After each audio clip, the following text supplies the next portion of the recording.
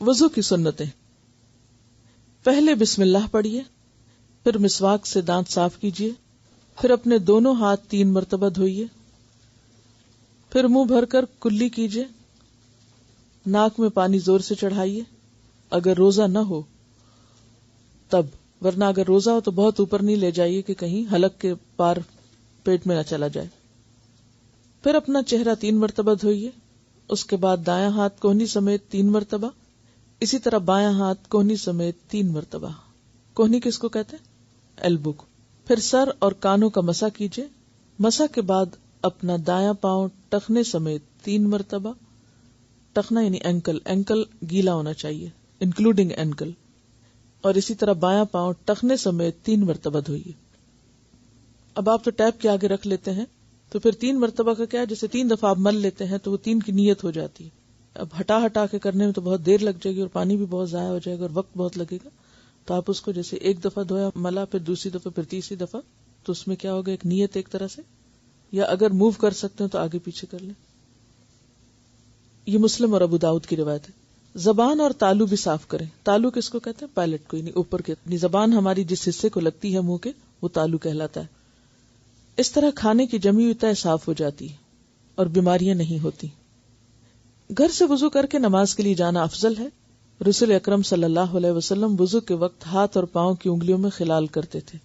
خلال کا لفظ ہے نا خلل سے، یعنی انگلیوں کے بیچ میں دوسری انگلی ڈالنا، یعنی ہاتھوں کا خلال تو عموماً دونوں ہاتھوں کو ایک دوسرے میں ڈالنے سے ہو جاتا ہے، لیکن پاؤں کا خلال جو ہے وہ مختلف طرح سے ہوگا، یعنی وہ یک بارگی نہیں کریں گے بلکہ چھوٹی انگلی کے ساتھ کریں۔ ایک ہاتھ کی انگلیاں دوسرے ہاتھ کی انگلیوں میں ڈال کر خلال کریں، اور پاؤں کی انگلیوں میں خلال الٹے ہاتھ کی چھنگلی یعنی سب سے چھوٹی انگلی کے ساتھ کریں۔ چھنگلی کا کیا مطلب ہے؟ چھوٹی انگلی، 6 یعنی چھوٹی کے لیے، اور انگلی، تو چھنگلی چھوٹی انگلی، یعنی چھٹی انگلی نہ سمجھیں۔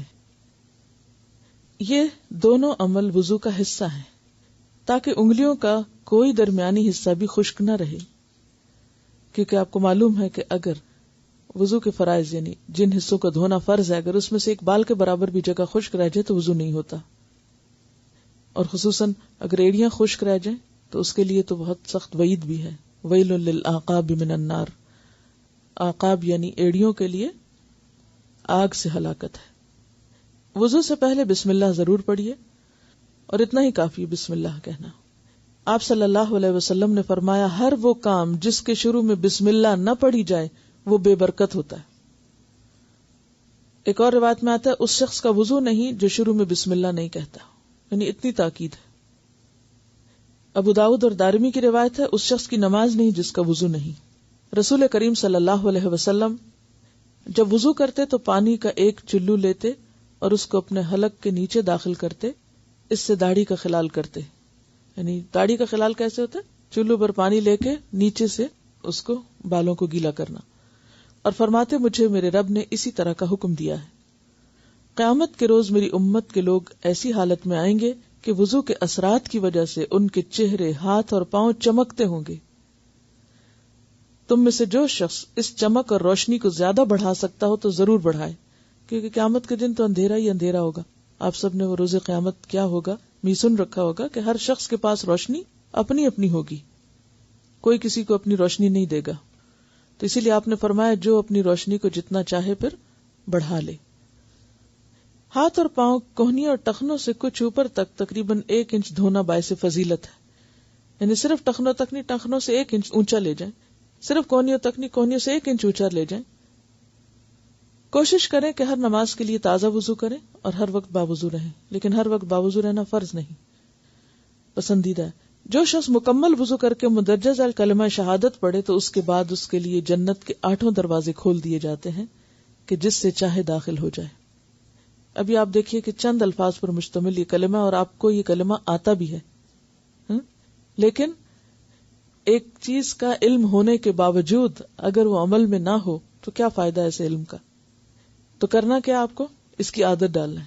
عادت ڈالنے کے لیے جو پہلے دن طریقہ بتایا گیا تھا کہ ایسی چیزیں لکھ کر مختلف جگہوں پر چند دن کے لیے سٹک کر دیں، حتیٰ کہ دیکھتے دیکھتے آپ کو عادت ہو جائے، اور جب عادت ہو جائے تو پھر آپ دیکھیں گے کہ آپ کو شعوری کوشش کی بھی ضرورت نہیں رہے گی۔ کلمہ کیا ہے؟ اشہد ان لا الہ الا اللہ وحدہ لا شریک لہ واشہد ان محمدا عبدہ ورسولہ، میں گواہی دیتا ہوں کہ اللہ تعالیٰ کے سوا کوئی معبود نہیں، وہ اکیلا ہے، اس کا کوئی شریک نہیں، میں گواہی دیتا ہوں کہ محمد صلی اللہ علیہ وسلم اللہ تعالیٰ کے بندے اور اس کے رسول ہیں۔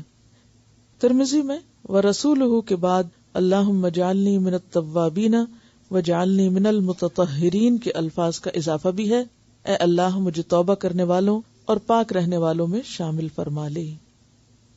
وضو کے بعد 2 نفل پڑھنا بہت ہی پسندیدہ عمل ہے۔ ان نوافل کو جو عام نمازوں کی سنت فرض کے علاوہ ہوں، جو خاص وضو کے بعد کیے جائیں جبکہ وضو ابھی گیلا گیلا ہو، تو اس کے بارے میں ایک روایت میں آتا ہے رسول کریم صلی اللہ علیہ وسلم نے حضرت بلال سے پوچھا، اے بلال، اسلام لانے کے بعد تمہارا وہ کون سا عمل ہے جس پر تمہیں بخشش کی زیادہ امید ہو؟ کیونکہ آج رات یعنی معراج والی رات میں نے جنت میں اپنے آگے آگے تمہارے چلنے کی آواز سنی ہے۔ عرض کیا، مجھے اپنے اعمال میں سب سے زیادہ امید اپنے اس عمل سے ہے کہ دن ہو یا رات میں جب بھی وضو کرتا ہوں تو جتنی اللہ کو منظور ہو نماز پڑھ لیتا ہوں، یعنی نفل پڑھ لیتا ہوں۔ اگر دیکھا جائے تو یہ صرف نماز کی محبت کی بات ہے اور شوق کی بات۔ بہت سے لوگوں کو تو فرض پڑھنا بھی بھاری لگتے ہیں، لیکن جن کے اندر نماز کی محبت ہے ان کے لیے کچھ مشکل نہیں، اس لیے کہ ہارڈلی 5 منٹ لگتے ہیں 2 نفل پڑھنے میں۔ لیکن ہم 5 منٹ ٹیلی فون پر تو لگا سکتے ہیں، مگر کبھی خاص وضو کر کے 2 نفل پڑھنا اور بغیر کسی حاجت یا بغیر کسی وجہ کے صرف اور صرف اللہ کی خوشنودی اور رضا کے لیے، تو جو بندہ اللہ کی خوشی کے لیے کام کرتا ہے کیا اللہ اس کو خوش نہ کر دے گا؟ وَلَسَوْفَ يَرْضَىٰ۔